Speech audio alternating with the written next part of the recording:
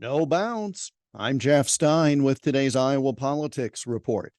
The question I've been asked a lot in the past couple of weeks, both by people in Iowa and nationally, is what impact the endorsement of Florida Governor Ron DeSantis by Iowa Governor Kim Reynolds will have on the race. And I suggested at the time there would be very little impact, other than perhaps to stop him from sliding in Iowa.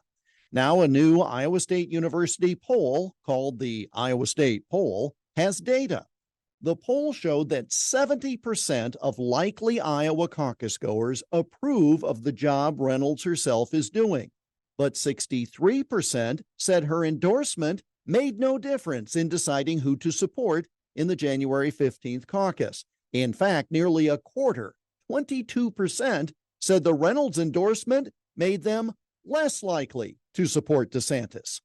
ISU political science professor Dave Peterson organized the poll of more than 1,000 Iowa registered voters. The survey was conducted between November 10th and 15th. It's the third in a series of 5 monthly polls, and it's noteworthy that despite candidates dropping out, endorsements coming in, etc., the basic order of candidates remained the same. The poll shows Donald Trump at 54% of likely caucus goers, a slight drop, but within the margin of error. DeSantis comes in second in this poll at 18%, with Nikki Haley at 12%, no one else in double figures. Now, yesterday in this space, we talked about a poll released last week of more than 800 likely Republican primary and caucus voters across the country, conducted by Signal on behalf of the Republican Main Street Partnership. The biggest disparity in that poll, which focused a lot, as you may recall, on issues, the biggest disparity has to do with presidential preference. Donald Trump snares 60% of respondent support. In second is Ron DeSantis with only 9%, and Nikki Haley and Vivek Ramaswamy each at 8%.